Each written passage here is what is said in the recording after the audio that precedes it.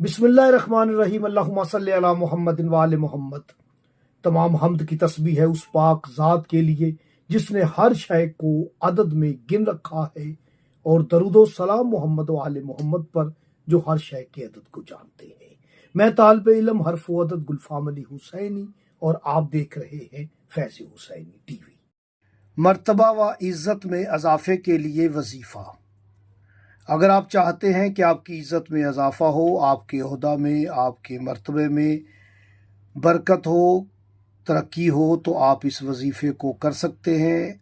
इंशाअल्लाह कामयाबी होगी, क्योंकि इस वजीफ़े की निस्बत ही मौला अली अलैहिस्सलाम से है।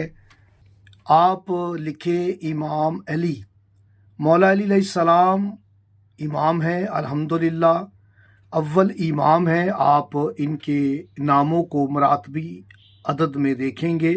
बहुत बड़ा एक राज है जो अहले इल्म हैं उनके लिए मार्फत का बहुत बड़ा राज है। ये इमाम अली अलैहिस्सलाम के हरूफ अलिफ मीम आइन लाम छोटी ये 7 हरूफ हैं। आपने इनका मरातबी अदद लेना है और मार्फत के साथ इस अमल को करना है, तो इंशाअल्लाह ताला मकसद में कामयाबी होगी।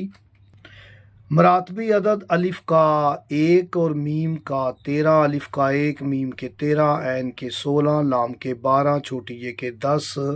तो इमाम अली का मरातबी अदद 66 है, 66।